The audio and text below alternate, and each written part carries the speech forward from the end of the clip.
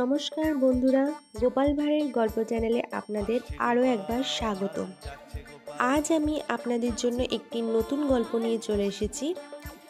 আজকের গল্পটি মহারাজ কৃষ্ণচন্দ্র ও গোপাল ভাঁড়ের মধ্যে একটি খুনসুটির গল্প। আশা করি গল্পটি আপনাদের শুনতে ভালো লাগবে।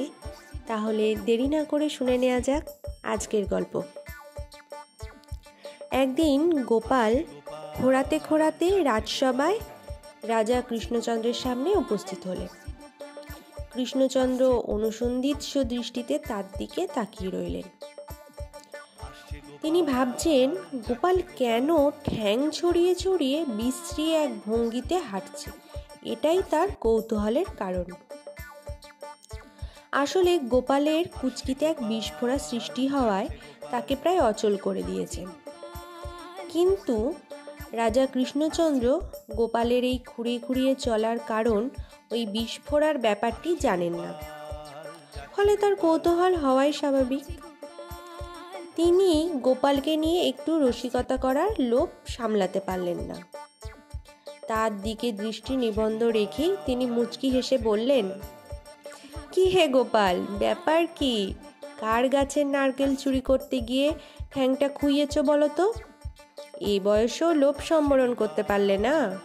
তুমি কখন যে অপকর্মটি করে ফেললে আমি কিছুই টের পেলাম না। আশ্চর্য ব্যাপার তো। এবার গোপাল বলল, সে কি মহারাজ, তখন আপনিও যে আমার সঙ্গে বাগানে ঢুকেছিলেন।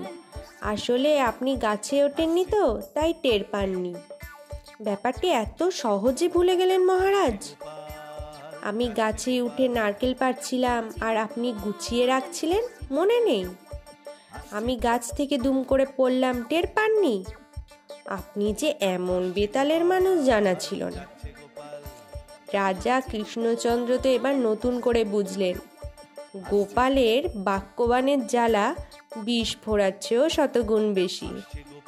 তো বন্ধুরা, এই ছিল আজকের আমাদের গল্প, বিস্ফোরার চেয়েও বেশি বাক্যবাণের জ্বালা। গল্পটি আপনাদের কেমন লাগলো অবশ্যই কমেন্টে জানাবেন, এবং গল্পটি যদি ভালো লেগে থাকে তাহলে লাইক করবেন, শেয়ার করবেন, এবং চ্যানেলে যদি নতুন হয়ে থাকেন চ্যানেলটি সাবস্ক্রাইব করে বেল আইকনটি বাজিয়ে দেবেন, যাতে পরবর্তী গল্পের নোটিফিকেশান আপনাদের কাছে তাড়াতাড়ি পৌঁছে যায়। ফিরে আসবো আগামী রবিবার গোপাল ভাঁড়ের মজার হাসির একটি নতুন গল্প নিয়ে। ধন্যবাদ।